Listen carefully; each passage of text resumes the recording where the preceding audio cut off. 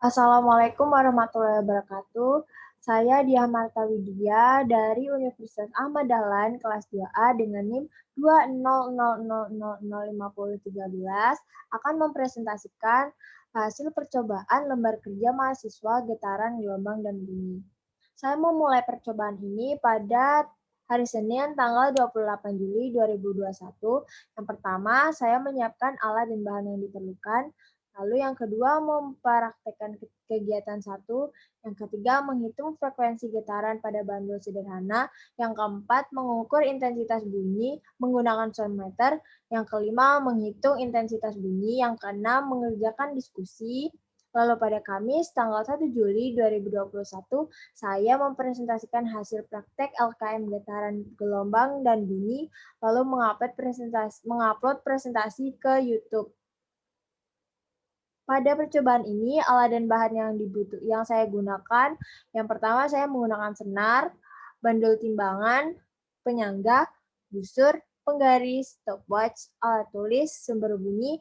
Sumber bunyi yang saya gunakan di sini saya menggunakan handphone, suara dari handphone. Lalu selanjutnya aplikasi Soundmeter. Lalu saya langsung menjelaskan hasil pengamatan kegiatan 1. Pada tali yang sudah diberi bandul, panjang tali yang 10 cm dengan simpangan derajat 10, jumlah getaran 10, didapatkan waktu 6 sekon, periodenya 0,6, frekuensinya 1,666.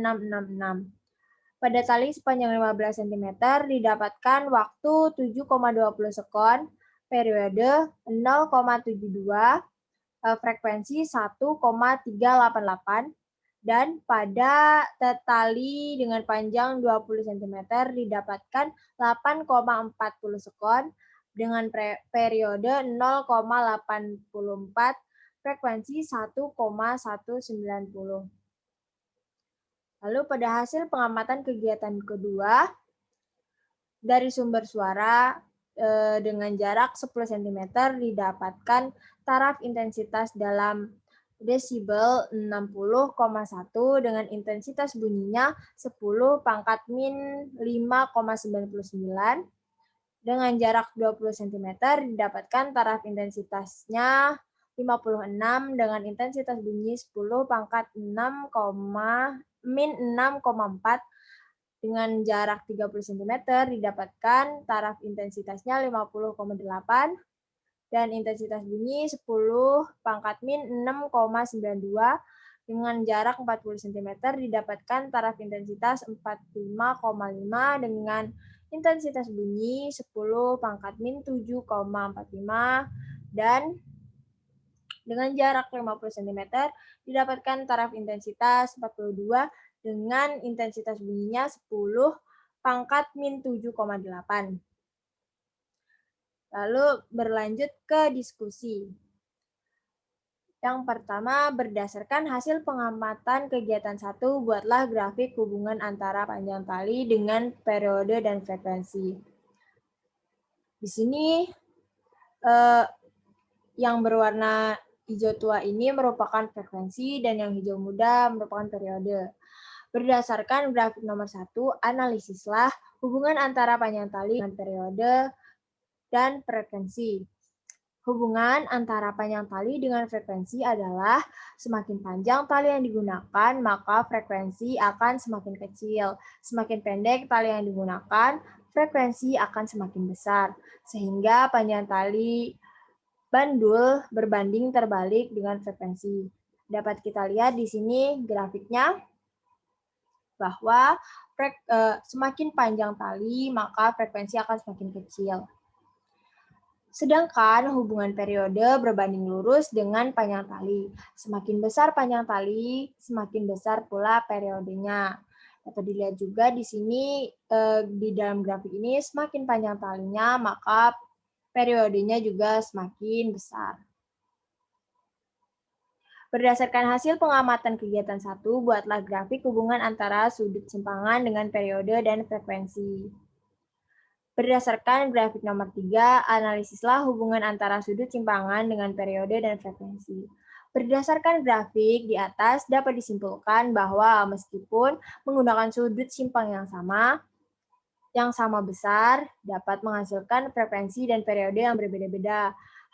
Hal yang menyebabkan terjadinya perbedaan hasil adalah panjang tali yang digunakan. Lalu pada diskusi yang nomor 5 terdapat soal seperti ini. Lalu diketahui masanya adalah 200 gram. Panjang talinya 90 cm dan gravitasinya 10 meter per sekon kuadrat. Yang ditanya adalah frekuensi dan periode. Yang pertama, ini periode menggunakan rumus 2pi akar L per 9. 2pi akar 0,9 ini dari 90 cm diubah ke meter. Jadi didapatkan 0,9 per 10. Lalu pi sama pi 2pi akar 0,09. Akar dari 0,09 adalah 0,3. Lalu di sini 2 dikalikan dengan 0,3 sehingga didapatkan hasil 0,6. Lalu selanjutnya mencari frekuensi. Dengan rumus 1 per T sama dengan 1 per sudah didapatkan T-nya adalah 0,6. Lalu didapatkan hasil 5 per 3. Berdasarkan hasil pengamatan kegiatan 2, buatlah grafik hubungan antara jarak sumber bunyi dengan intensitas bunyi.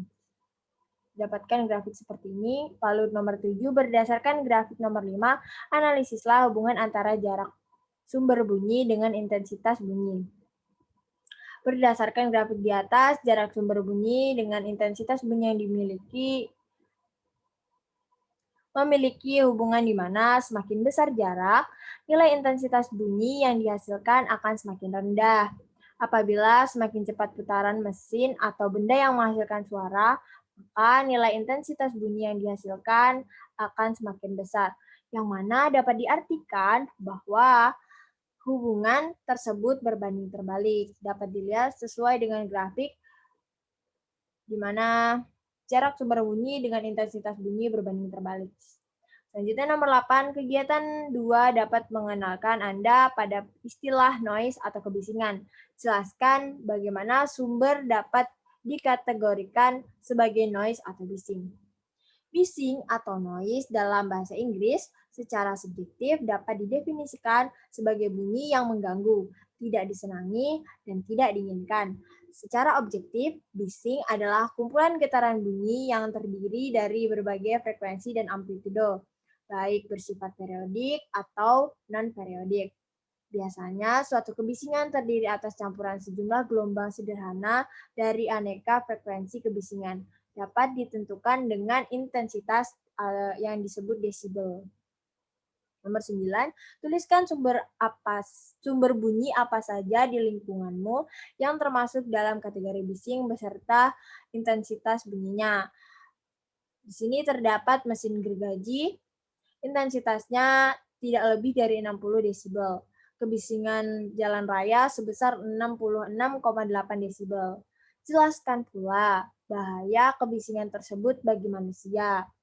Telinga manusia dapat menyesuaikan diri dengan perubahan terhadap tingkat suara atau bising. Tetapi setelah terpapar kebisingan terlalu sering, maka daya akomodasi telinga akan gagal memberikan reaksi.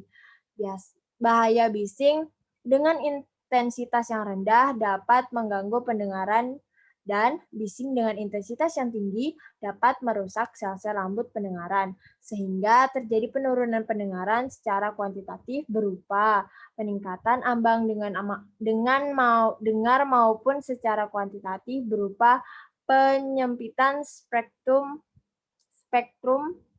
pendengaran di mana berkaitan dengan faktor intensitas, frekuensi, durasi, dan pola waktu. Pada diskusi nomor 10 terdapat soal seperti ini. Lalu diketahui intensitas bunyi sebesar 2 kali 10 pangkat min 9. Lalu ini intensitas ambang batasnya 10 min pangkat min 12. N ini banyaknya mesin jahit. Banyaknya mesin jahit itu ada 15. Yang ditanyakan adalah taraf intensitas bunyi dari 15 mesin jahit yang bekerja secara bersamaan menggunakan rumus seperti ini. Lalu 10 log 2, I ini kan 2 kali 10 pangkat min 9 per 10 pangkat min 12. 10 log 2 kali 10 pangkat 3. Sama dengan 10 kali 3. Didapatkan hasil 30 desibel. Lalu taraf intensitas dari 15 mesin yang dilakukan secara bersamaan menggunakan rumus ini. Sama dengan 30 plus 10 log 2 plus 10 log 5. 5 ini dapatkan dari N. N ini kan 15 mesin. Lalu sama dengan 30 plus 10 dalam kurung log 2 plus 10 log 15. Sama dengan 10 log 30. Sama dengan 30 ditambah 30 adalah 60 desibel. Kesimpulan, berdasarkan seluruh kegiatan, buatlah simpulan apa saja yang sesuai dengan tujuan kegiatan ini. Berdasarkan dari kesimpulan kegiatan 1, dapat disimpulkan bahwa hubungan panjang tali bandul berbanding terbalik dengan frekuensi, sedangkan pada periode berbanding lurus dengan panjang tali. Dengan sudut simpangan yang sama, dapat menghasilkan frekuensi dan periode yang berbeda-beda. Hal ini dipengaruhi oleh panjangnya tali yang digunakan.